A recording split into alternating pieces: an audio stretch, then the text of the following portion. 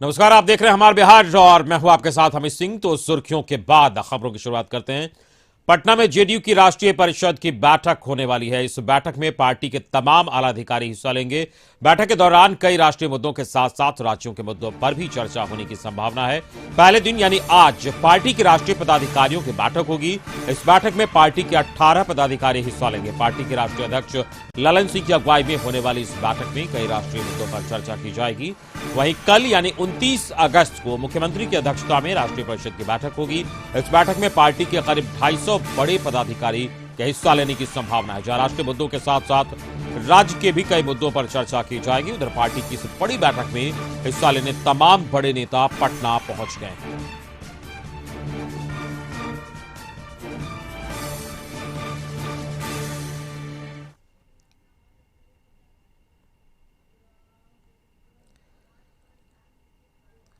तो जेडीयू की राष्ट्रीय परिषद की बैठक में हिस्सा लेने पार्टी के महासचिव केसी त्यागी पटना पहुंचे हैं, जहां उन्होंने कहा कि पार्टी के राष्ट्रीय अध्यक्ष बनने के बाद राष्ट्रीय पदाधिकारियों के साथ उनकी बैठक है। साथ ही उन्होंने कहा कि रविवार को राष्ट्रीय परिषद की बैठक होगी, जिसमें कई एजेंडों पर चर्चा की जाएगी।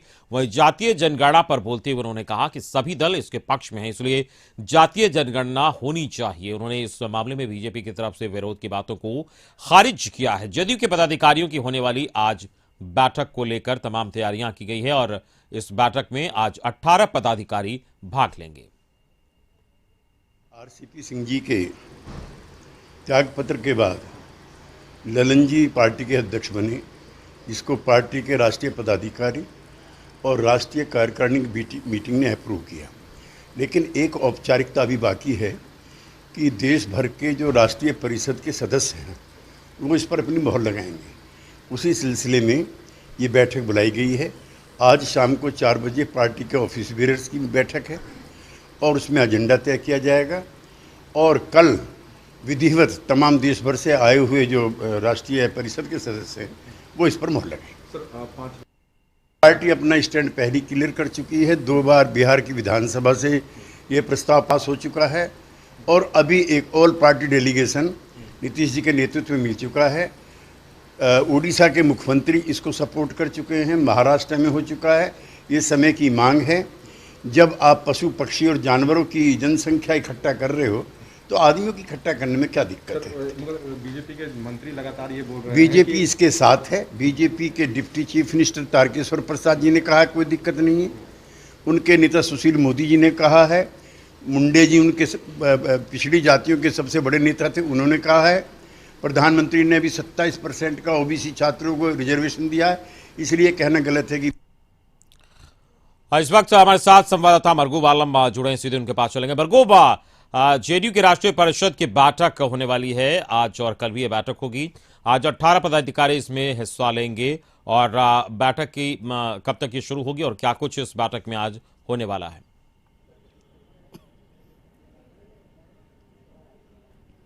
देखिए अमित जी, 2 दिवसीय बैठक है और कल 29 अगस्त है। आपको पता है कल 29 अगस्त को राष्ट्रीय परिषद की बैठक होगी। उसकी अध्यक्षता नीतीश कुमार करेंगे और इस बैठक में नीतीश कुमार के अलावा सभी बड़े नेता मौजूद होंगे। ललन सिंह, उपेंद्र कुशवाहा, आरसीपी सिंह, वशिष्ठ नारायण सिंह, अशोक चौधरी के साथ सभी बड़े नेता मौजूद होंगे। आज की जो बैठक है राष्ट्रीय पदाधिकारी की बैठक है वो 4 बजे दिन में शुरू होगी। ये राष्ट्रीय अध्यक्ष हैं जेडीयू के ललन सिंह, उनकी अध्यक्षता में शुरू होगी। यार इस बैठक में सभी जो बड़े नेता हैं, जो लोग राष्ट्रीय पदाधिकारी की समिति के सदस्य हैं, उसमें भाग लेंगे। आज की बैठक में जो कुछ तैयारियां हम आपको पहले से रूबरू का आप देख सकते हैं। यहाँ पंडाल बनाया जा रहा है, तैयारियां शुरू है और तैयारियों को अंतिम रूप दिया जा रहा है। हालांकि ये जो पंडाल बनना है, बैठक यहाँ नहीं होगी, बैठक होगी कर्पूरी सभागार के अंदर। यहाँ पंडाल बनाया जा रहा है, पूरे इंतजाम किए जा रहे हैं। जो लोग आएंगे उनके कह सकते हैं कि खाने पीने का इंतजाम इसी पंडाल में होगा और उसके बाद कह सकते हैं कि राष्ट्रीय पदाधिकारी की बैठक 4 बजे दिन में जो आज होगी। तो इस बैठक के बाद इस बैठक में जो सबसे महत्वपूर्ण मुद्दे हैं अमित जी, हम आपको बता दें, इस बैठक में जातीय जनगणना से लेकर के किसान का मुद्दा, जो किसान आंदोलन चल रहा है, साथ ही साथ कह सकते हैं कि जो निजीकरण का एक नया मुद्दा सामने आया है उस पर है, जातीय जनगणना है। नीतीश कुमार की सरकार के द्वारा जो 7 निश्चय पार्ट 1 पार्ट 2 के साथ न्याय के साथ विकास किया जा रहा है उस पर चर्चा होगी। सभी बड़े नेता अपना फीडबैक देंगे। उस चर्चा के बाद उस पर कुछ महत्वपूर्ण मुद्दे लाए जाएंगे और आज की बैठक में अमित जी जो भी मुद्दे लाए जाएंगे उन मुद्दों पर कल राष्ट्रीय परिषद की बैठक में मुहर लगेगी। ये बड़ा सवाल है, कल बैठक में मुहर लगेगी। उसके बाद कल राष्ट्रीय अध्यक्ष के द्वारा, जिसमें केसी त्यागी भी होंगे, एक प्रेस कॉन्फ्रेंस का आयोजन किया जाएगा और प्रेस कॉन्फ्रेंस में राष्ट्रीय परिषद की बैठक में किन किन मुद्दों पर मुहर लगी, राष्ट्रीय परिषद की बैठक ने में क्या क्या फैसला लिया जदयू ने, उस पर फैसला होगा। साथ ही साथ मिजोरम और यूपी के चुनाव को लेकर भी आज राष्ट्रीय पदाधिकारियों की बैठक में जो उत्तर प्रदेश के नेताओं के द्वारा जो फीडबैक दिया गया है उस पर, और जो लोग जिनको भेजा गया था उत्तर प्रदेश, उनकी रिपोर्ट के आधार पर राष्ट्रीय पदाधिकारी को बैठक में महत्वपूर्ण कह सकते हैं कि वहाँ निर्णय होगा और उस निर्णय को कल राष्ट्रीय परिषद की बैठक में रखा जाएगा और एक मुहर लगेगी कि उत्तर प्रदेश में चुनाव किस तरह लड़ा जाए, अकेले लड़ा जाए या जो समावेशी दल हैं उनके साथ गठबंधन की जाए, या क्या फैसला हो। उसके साथ साथ मिजोरम में भी चुनाव को लेकर के केसी त्यागी ने आपको कहा है कि पता है कि वहाँ हम लोग चुनाव कई बार जीते हैं, इसीलिए वहाँ चुनाव लड़ा जाएगा। तो अमित जी 4-5 जो महत्वपूर्ण मुद्दे हैं वो मैंने अपने दर्शकों को बताया। इन्हीं मुद्दों को लेकर के आज बहुत महत्वपूर्ण बैठक है राष्ट्रीय पदाधिकारियों की। बिल्कुल, आज राष्ट्रीय पदाधिकारियों की बैठक है लाए जाएंगे, और कल जो बैठक है मुख्यमंत्री उसकी अध्यक्षता करेंगे और 250 पदाधिकारी कल इस बैठक में भाग लेंगे। तो निश्चित तौर पर कुछ कल महत्वपूर्ण फैसले सामने आ सकते हैं। बिल्कुल, निश्चित तौर पर कल 2-3 महत्वपूर्ण 4 फैसले होंगे। मैं आपको अभी बता देता हूं। जनगणना पर कल एक बार फिर राष्ट्रीय पदाधिकारी की बैठक में मोहर लगेगी, जातीय जनगणना होनी चाहिए। उत्तर प्रदेश में चुनाव पर कल मोहर लगेगी कि क्या समावेशी दलों के साथ गठबंधन किया जाए या अकेले लड़ा जाए। मिजोरम के चुनाव पर भी मोहर लगेगी। दूसरा, जो न्याय के साथ विकास है उस पर क्या क्या कार्यक्रम हो रहे हैं और आगे जनता दल क्या कार्यक्रम को लेकर के जनता के बीच किस तरह जाएगी, उस पर मोहर लगेगी। साथ ही साथ जो नेशनल मुद्दे हैं, किसान आंदोलन है के साथ साथ निजीकरण का एक नया मुद्दा आ गया है, उस पर भी कल महत्वपूर्ण बैठक में निर्णय होगा। तो फिलहाल जनता दल यू कल कई महत्वपूर्ण मुद्दों पर अपना निर्णय स्पष्ट करेगी। प्रेस कॉन्फ्रेंस के माध्यम से मीडिया को जानकारी दी जाएगी। हालांकि मुख्यमंत्री जब निकलेंगे तो निश्चित तौर पर कल मुख्यमंत्री भी बात करेंगे और आजकल तो निश्चित तौर पर नीतीश कुमार हर मुद्दे पर कहीं ना कहीं पत्रकारों से बात करते हैं, ये बहुत बड़ी बात है। और फिलहाल कल जनता दल यू राष्ट्रीय परिषद की बैठक के बाद जो प्रेस कॉन्फ्रेंस होगा उस पर सारी देश की नजर रहेगी, उस पर एनडीए की सभी घटक की नजर रहेगी कि जनता दल यू ने क्या क्या निर्णय लिए हैं और कौन ऐसे ऐसे मुद्दे हैं जिन मुद्दों पर बीजेपी के साथ उनका कॉन्फ्लिक्ट है। तो फिलहाल कल का जो निर्णय है वो देखना पड़ेगा और आने वाले दिनों में उन्हीं निर्णयों के साथ जनता दल की सरकार भी चलेगी। चलिए, इस पूरी जानकारी के लिए बहुत बहुत शुक्रिया मरगूब आलम, आपका संवाददाता मरगूब आलम इस वक्त जुड़े थे। अब बता रहे थे बैठक का आज 4 बजे शुरू होगी। 18 पदाधिकारी आज भाग लेंगे। ललन सिंह राष्ट्रीय अध्यक्ष इसकी अध्यक्षता करेंगे और कल की जो बैठक है निश्चित रूप से उसमें महत्वपूर्ण मुद्दों पर सहमति बनेगी। जातीय जनगणना को लेकर भी कल फैसला आ सकता है और उस पर भी पार्टी अपना पक्ष रखेगी और उस पर जो निर्णय लेना है वो लिया जाएगा। इसके अलावा कई मुद्दों पर कल बातचीत और निर्णय लिया जाएगा राष्ट्रीय परिषद की बैठक में। तो चलिए खबरों में हम आगे बढ़ते हैं और पोस्टर विवाद को लेकर बात करेंगे। इसको लेकर जेडीयू कार्यालय में अब नया पोस्टर लगाया गया है जिसमें सिर्फ सीएम नीतीश के चेहरे को जगह दी गई है। पोस्टर के जरिए यह संदेश देने की कोशिश की गई है कि पार्टी में अब कोई विवाद नहीं है। इससे पहले पोस्टर को लेकर काफी विवाद हुआ था और ऐसे कयास लगाए जा रहे थे कि पार्टी में गुटबाजी हो रही है। हमारे संवाददाता गौतम कुमार की रिपोर्ट देखिए। जदयू में विवाद चल रहा है और ये बातें विपक्ष को कहने का मौका मिल गया था। हाल फिलहाल में जो जदयू में पोस्टर लगाए जा रहे थे नेताओं की तरफ से, उन पोस्टरों में पार्टी के कुछ प्रमुख नेताओं के चेहरे गायब होने के बाद विपक्ष को बैठे बैठाए मौका मिल गया था और ये मौका ये था कि जदयू में गुटबाजी हो रही है। 2 गुटों में जदयू बढ़ चुका है। आरसीपी सिंह का गुट का नाम लिया जा रहा है तो कहीं जो ललन सिंह का गुट का नाम लिया जा रहा है। इन तमाम बयानबाजियों के बाद जो कहा जाता है कि जदयू की तरफ से जो अब स्टैंड लिया गया है गुटबाजी को खत्म करने को लेकर, उसमें आप देख सकते हैं पार्टी की तरफ से जो ऑफिशियल पोस्टर लगाया गया है उन पोस्टरों में मात्र नीतीश कुमार का चेहरा है और नीतीश कुमार की तरफ से जो स्लोगन दिया गया उनको इसमें रखा गया है। पार्टी के जो कार्यालय के बाहर जो ये पोस्टर लगाया गया है, 3 बड़े पोस्टर कटआउट्स के माध्यम से लगाए गए हैं और तीनों में जो है सिर्फ नीतीश कुमार का चेहरा लगाया गया है। राष्ट्रीय परिषद की जो है बैठक है और उसके बाद जो कहा जा सकता है कि इस बैठक से पहले इस पोस्टर को लगाया गया और इस पोस्टर के माध्यम से विपक्ष को ये कोशिश की गई है मैसेज देने का कि जो बैठे बिठाए उन्हें मुद्दा मिल गया है वो मुद्दा नहीं है। और आरसीपी सिंह ने भी जो है पटना आने के बाद ये बयान में अपना बात कहा था कि नीतीश कुमार ही जो है जदयू में एकमात्र नेता हैं और उन्हीं का जो कहा जा सकता है कि जो बात है जदयू में होता है और उस नेता का चेहरा ही जो है सर्वमान्य है। तो कहीं ना कहीं इस विवाद पर जो है अब पूर्ण विराम लगाने को लेकर जदयू की कोशिश है। पोस्टर के तमाम विवाद पर जो है ये नए पोस्टर से जो है विपक्ष को एक संदेश जाएगा कि जिस तरह से पार्टी में पोस्टर को लेकर विवाद हो रहा था, चेहरों को लेकर जो विवाद हो रहा था, वो विवाद खत्म हो चुका है और नीतीश कुमार ही जो है जदयू के एक सर्वमान्य नेता है और उनका चेहरा जो है पार्टी की तरफ से लगाया गया है। इस समय पटना से कशिश न्यूज, गौतम। तो जदयू की ओर से निश्चित तौर पर साफ तौर पर ये मैसेज देने की कोशिश की गई है कि किसी तरीके का विवाद नहीं है और जदयू की ओर से ही एक नेता ने कल यह बयान दिया था कि पावर सेंटर एक ही है, नीतीश कुमार, बाकी पावर सेंटर नहीं है जदयू में। तो स्पष्ट तौर पर विवाद को खत्म कर नया मैसेज यूपी के मऊ में हथियारों की अवैध फैक्ट्री का भांडाफोड़ मामले में बड़ा खुलासा हुआ है। अवैध फैक्ट्री चलाने वालों में 3 महिलाएं भी शामिल थी। बिहार में होने वाली थी हथियारों की डिलीवरी। पंचायत चुनाव में इसका इस्तेमाल हो सकता था। एसटीएफ कर रही है गिरफ्तार तस्करों से पूछताछ। एसटीएफ और यूपी पुलिस की कार्रवाई में 9 तस्कर गिरफ्तार हुए थे। और इस वक्त ज्यादा जानकारी के साथ संवाददाता मरगूब आलम जुड़े। मरगूब, 9 तस्कर गिरफ्तार किए गए थे और इसमें महिलाएं भी शामिल है, क्या पूरी जानकारी है? निश्चित तौर पर अमित जी, आपको पता होगा कि इस पूरे जखीरा में जो खबरें आई थी, उस खबर को सबसे पहले कशिश ने ब्रेक किया था और हमने दिखाया था कि किस तरीके से जखीरा मिला। लेकिन अब जो पिछले 48 घंटा में जो जांच में पता हुआ, यह खुलासा बहुत बड़ा है कि 3 महिला भी शामिल थी जो ये पूरे धंधे को संरक्षण वो दे रही थी और अवैध फैक्ट्री में शामिल थी। दूसरा, ये जो तीनों महिला ये मऊ की रहने वाली है और 9 लोग पकड़ेंगे, उसमें 8 लोग मुंगेर के थे। उन 8 लोगों में से 3 लोगों ने मऊ में शादी किया था और वहीं से महिलाओं के साथ शादी करके वहीं पर एक फैक्ट्री का निर्माण किया था और इस फैक्ट्री के माध्यम से जो पिस्टल बने थे, जो लगभग 50 से ज्यादा पिस्टल वहां से बरामद हुए हैं, ये सभी पिस्टल बिहार में भेजे जाने थे। उसकी कीमत 20 से 25 हजार थी और इस बात की जांच की जा रही है पटना बिहार एसटीएफ के द्वारा कि क्या इसका इस्तेमाल, जो संकेत मिले हैं, पंचायत चुनाव के लिए होना था। यह बड़ी बात है। यही कारण है कि इस पूरे मामले में तीनों महिलाओं से पूछताछ हो रही है। जो 9 गिरफ्तार किए गए हैं, उसमें से जो 3 लोग हैं उनको पुलिस एसटीएफ रिमांड पर लेगी और रिमांड पर लेने के बाद पूछताछ करेगी। इस पर एक खुलासे की संभावना है। फिलहाल इस पूरे मामले में तीनों महिला से पूछताछ हुई है, उसने कई बड़े खुलासे किए हैं। तो पटना मुंगेर का रहने वाला व्यक्ति पटना यूपी में जाकर के मऊ में शादी करके वहां अवैध फैक्ट्री बना रहा है। इसका सीधा मतलब है कि कहीं ना कहीं हो सकता है कि नक्सली में अपराधी के साथ साथ कुछ वैसे लोगों को भी हथियार का सप्लाई किया जा रहा हो जो देश के खिलाफ काम करते हैं। इसकी भी जांच हो रही है, यूपीएससी भी जांच कर रही है, बिहार एसटी भी जांच कर रही है, लेकिन आने वाला दिन में इसमें बहुत बड़े चौंकाने। चलिए, इस पूरी जानकारी के लिए बहुत बहुत शुक्रिया मरगूब आलम आपका। आप हमारे साथ बने रहे, आगे भी आपसे हम बात करेंगे। तो मरगूब, हमारे संवाददाता बता रहे थे कि किस तरीके से वहां पर एसटीएफ काम कर रही है और इसके साथ यूपी पुलिस की भी इसमें सहभागिता है और एक अहम कामयाबी वहां मिली है। और अब बात पटना में चैन स्नैचिंग के बड़े गिरोह का करेंगे, जिसका पर्दाफाश किया गया है। पुलिस ने गिरोह के मुख्य सरगना समेत कई सदस्यों को गिरफ्तार किया है। गिरोह के मुख्य सरगना का नाम सूरज है, जो पटना के कई इलाकों में इस तरह की घटनाओं को अंजाम दे चुका था।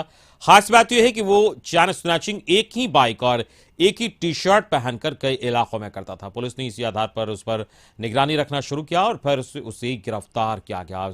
इस गिरोह में कई ज्वेलरी दुकानदारों के भी शामिल होने की आशंका है। बताया जा रहा है कि वो चेन लूटकर इन्हीं दुकानदारों को बेचता था। शातिर इतना कि चेन के साथ साथ कई अन्य सामान जो लूटता था उसके लिए इसने फर्जी बिल प्रिंट कराकर रखा था और उस बिल के माध्यम से ऑनलाइन बेच देता था। पटना के पुलिस ने अधिकारियों ने कहा है कि हाल के दिनों का चेन स्नैचिंग करने वाले गिरोह का सरगना सूरज पुलिस की नाक में दम कर रखा था और 1 महीने के कठिन प्रयास के बाद इसकी और साथियों की गिरफ्तारी हुई है। इन सभी केसेस को हम लोग जब इन्वेस्टिगेट कर रहे थे तो इसमें एक बहुत ही ज़्यादा डेस्परेट अपराधकर्मी हम लोग को दिख रहा था, जो अकेले, एक सिंगल मोटरसाइकिल थी उसकी, पैशन मोटरसाइकिल, उस मोटरसाइकिल से इसने लगभग 1 दर्जन से ऊपर छिनतई की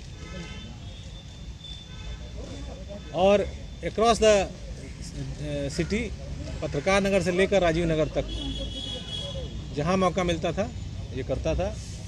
2-3 दिन का गैप लेके फिर निकलता था, करता था।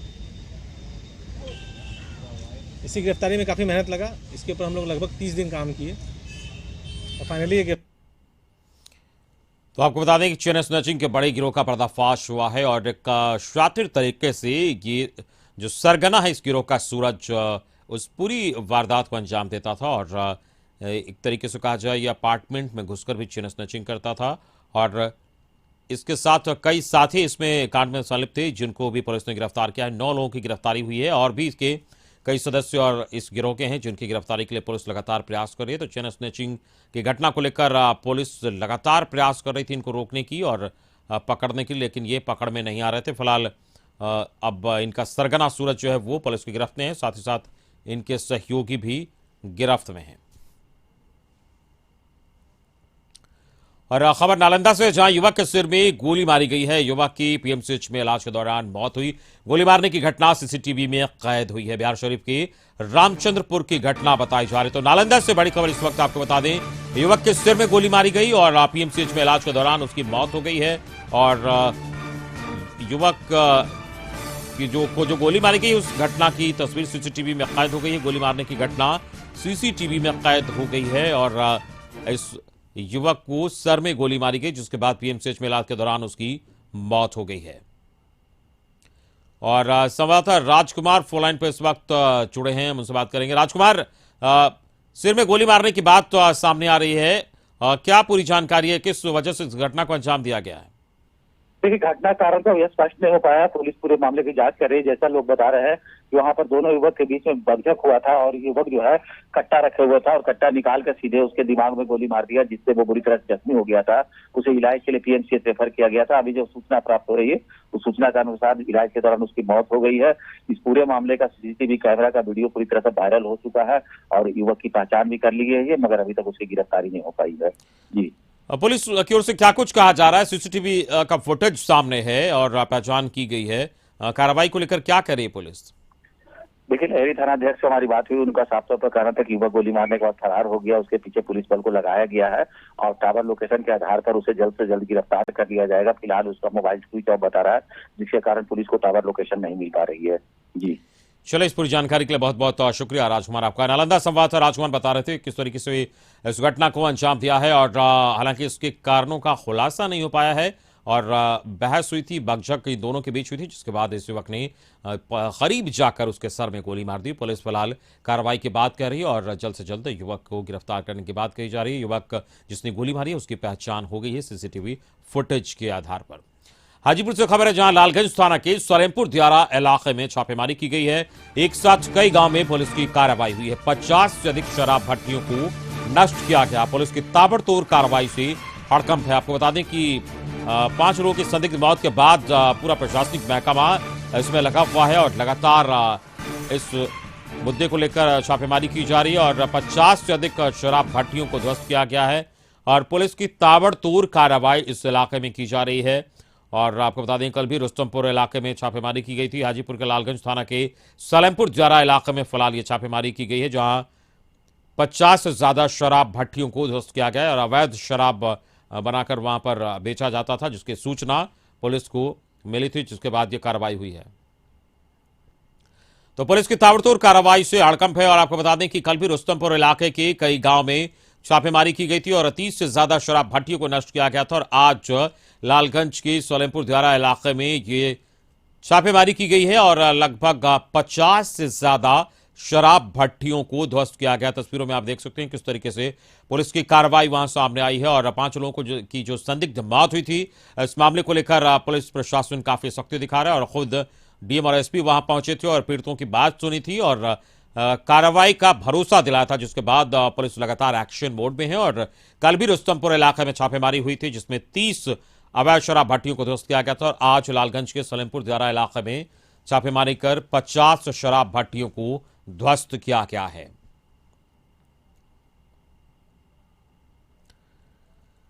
और अब बात तेज रफ्तार के कहर की करेंगे। मुजफ्फरपुर से खबर है, जहां ट्रक और मैजिक की जोरदार टक्कर हुई है और इस टक्कर में एक होमगार्ड जवान समेत 2 की मौत हुई है। आपको बता दें कि पारू की ये घटना बताई जा रही है। पारू थाना क्षेत्र से ये हादसा वहां पर हुआ है। ट्रक और मैजिक की जोरदार टक्कर हुई है और ट्रक और मैजिक के टक्कर में 2 लोगों की मौत हुई है। एक होमगार्ड सहित 2 लोगों की मौत हो गई है। खबर के मुताबिक देर रात पारू थाना क्षेत्र के चरैया चौक के पास एक मुर्गा लदे मैजिक को ट्रक ने जोरदार टक्कर मार दी, जिससे मैजिक में बैठे मुर्गा कारोबारी की मौत हो गई। साथ ही टक्कर इतनी जबरदस्त थी कि वहीं रात्रि गश्ती कर रहे होमगार्ड के जवान बृजकिशोर सिंह भी उनकी भी मौत हो गई इस घटना में।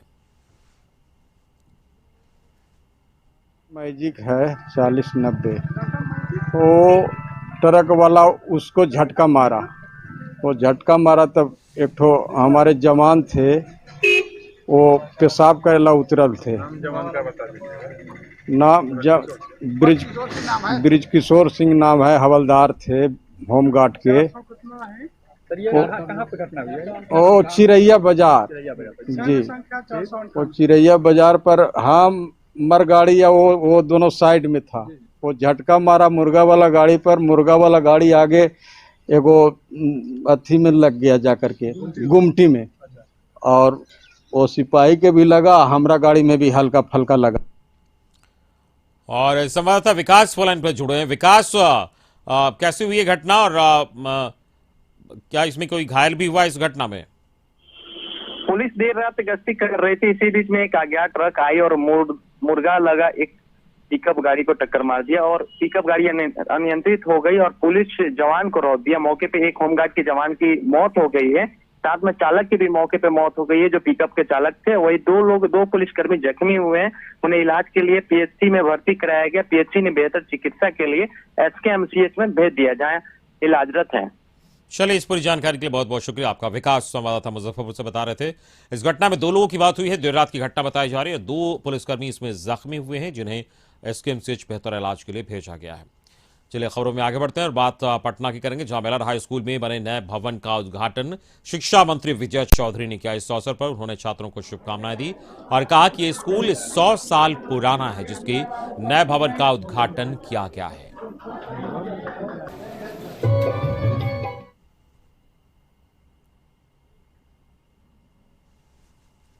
रहा भी है और आगे भी मिलेगा। आज हम लोग नए भवन का उद्घाटन कर रहे हैं और ये 100 सालों से अधिक का विद्यालय है।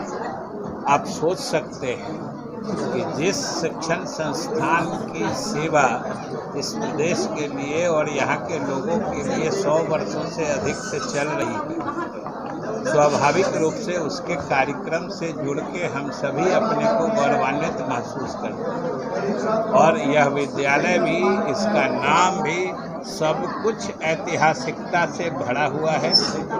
इसलिए हम सरकार की तरफ से और शिक्षा विभाग की तरफ से पूरी शुभ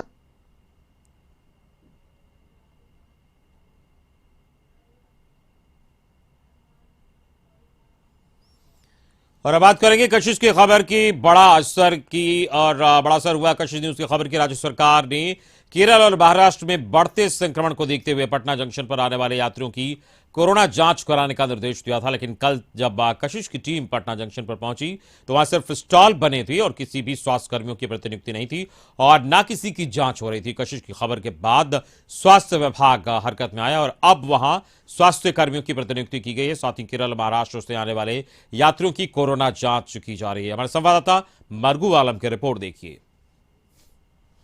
केरल में बढ़ते संक्रमण के बाद राज्य सरकार ने फैसला लिया था कि केरल से आने वाले यात्रियों की जांच होगी और जो यात्री जांच कराना चाहते हैं उनकी भी जांच होगी।